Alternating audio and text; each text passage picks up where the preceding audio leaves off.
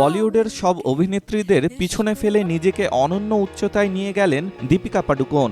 আলিয়া ভাট, প্রিয়াঙ্কা চোপড়া, কঙ্গনা রানাউত, ঐশ্বরিয়া রায়কে পিছনে ফেলে ২০২৪ সালের বলিউডের সবচেয়ে বেশি পারিশ্রমিকের অভিনেত্রী হিসেবে নিজেকে উপস্থাপন করলেন দীপিকা। যদিও এটি কেবলমাত্র বলিউডের অভিনেত্রীদের নিয়েই করা হয়েছে সমীক্ষা। দক্ষিণী তারকারা এই তালিকায় নেই। ফোর্বসের তালিকায় সবচেয়ে বেশি পারিশ্রমিকের বলি অভিনেত্রীদের তালিকায় শীর্ষে রয়েছে দীপিকা পাডুকোন।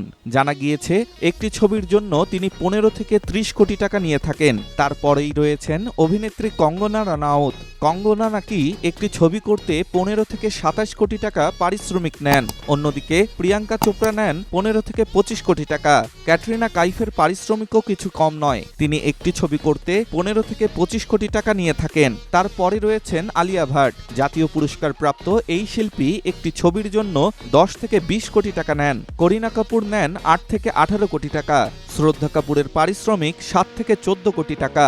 বিদ্যা বালান নেন ৮ থেকে ১৪ কোটি টাকা। আর সবচেয়ে কম পারিশ্রমিক নেন অনুষ্কা শর্মা। গত কয়েক বছরে তার কোনো ছবি দেখা যায়নি।